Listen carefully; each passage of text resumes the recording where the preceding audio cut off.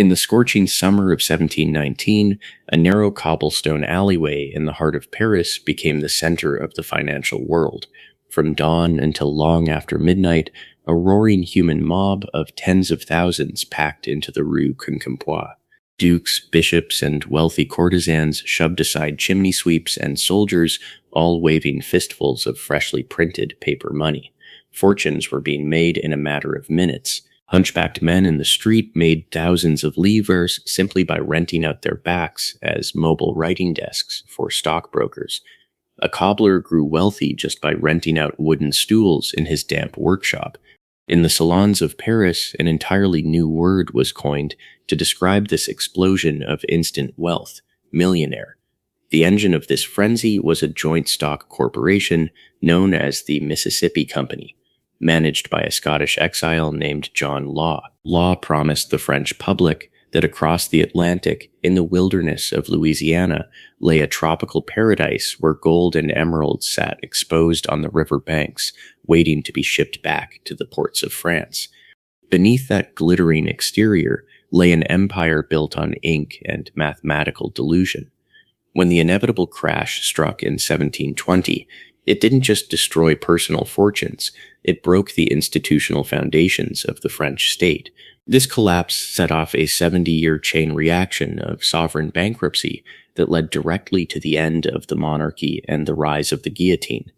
To understand how a fugitive captured the economy of Europe's most powerful kingdom, we have to examine the ruins left behind by King Louis XIV. This chart shows the financial reality of France in 1715. The towering red bar represents a 3 billion livre national debt.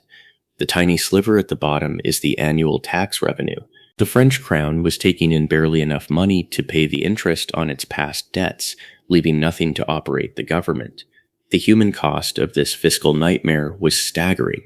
French peasants were taxed into destitution by a feudal system that extracted the taille on their land, the capitation on their heads, and the hated gabelle on every grain of salt they purchased. While Versailles glittered, famine swept the provinces, and thousands of starving workers roamed the streets. The governance of this bankrupt state fell to the Prince Regent, a man facing an insurmountable economic abyss.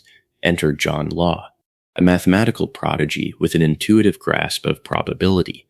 Law was a flamboyant gambler who had escaped a London death sentence by climbing the walls of Newgate Prison and fleeing to continental Europe. While studying the banking houses of Amsterdam, Law asked a fundamental question: what is money? Law argued that gold and silver were heavy, scarce, and easily hoarded, causing economic stagnation.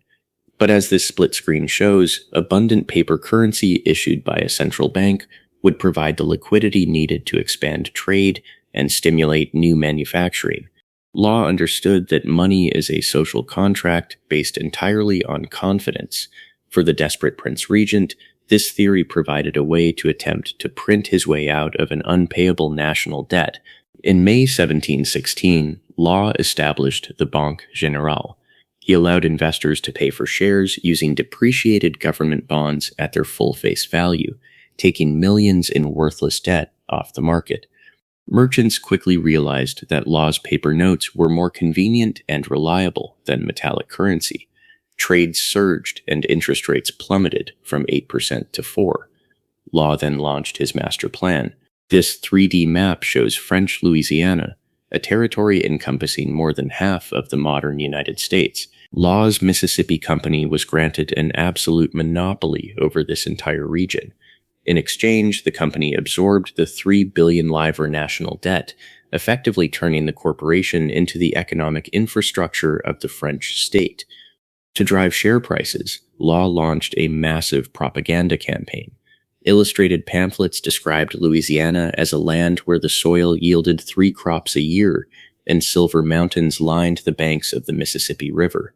The reality was far different. New Orleans consisted of mosquito-infested wooden shacks on waterlogged mudflats, where colonists died of malaria and yellow fever within weeks. Because free citizens refused to emigrate to this swamp, the government resorted to state-sanctioned kidnapping.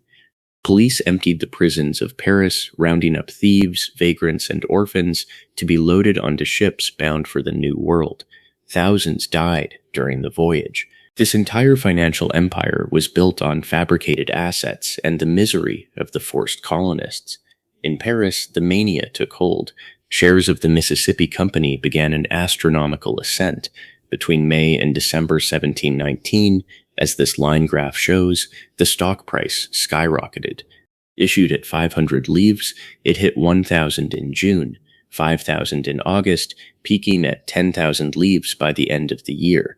The Rue Quincampoix became a carnival of greed, where former servants bought luxury estates, and aristocrats waited hours just to speak to law. By January 1720, the Scottish fugitive was appointed Controller General of Finances, the absolute economic director of the entire French kingdom. But the system had a fatal flaw. To keep the share prices rising, Law used the royal printing presses to flood the economy, with 2.6 billion unbacked paper livres, over 4 times the amount of physical gold in the country. The result was runaway inflation. The price of bread and meat tripled, while daily wages could no longer feed a family. Powerful aristocrats realized the bubble was about to burst. The Prince de Conti arrived at the bank with 3 massive carts, loaded them with solid gold coins, and hauled them away. When ordinary citizens saw the gold leaving the vaults, panic instantly spread. Crowds rushed the bank counters, desperately exchanging their paper for silver. Law responded with a series of desperate authoritarian edicts. He banned citizens from holding more than 500 livres in coin and sent police to search private homes for hidden gold. Finally, on May 21, 1720, he issued the decree seen here, announcing that the official value of paper money would be slashed by 50%. The effect of this edict was the immediate destruction of the economy. By officially declaring that its own paper money was losing half its value, the government destroyed public trust. The stock market froze. Mississippi shares went into a vertical freefall, and the entire financial system collapsed. Families who had exchanged ancestral lands for paper notes were wiped out. Law fled Paris in the dead of night, and the government spent years holding a national reckoning known as the Visa, where millions of worthless certificates were burned in massive bonfires. This trauma created a permanent, paralyzing terror of paper money in France that lasted for a century. This chart shows how that phobia disadvantaged France against its primary rival. While Great Britain could fund a global navy by borrowing at stable 3% interest rates, the French monarchy was forced to rely on private syndicates and Swiss bankers who demanded 10 or 12%. In 1774, the economist Jacques Turgot attempted to fix this system by proposing a universal land tax. But as this depiction of Versailles suggests, Queen Marie Antoinette and the court nobility united to protect their tax exemptions. They forced the king to dismiss Turgot, leaving the archaic tax system untouched while the national debt continued to climb. This disparity in interest rates meant that even France's geopolitical victories, like the American Revolution, required ruinous levels of borrowing. A military triumph on the battlefield became a structural failure in the treasury.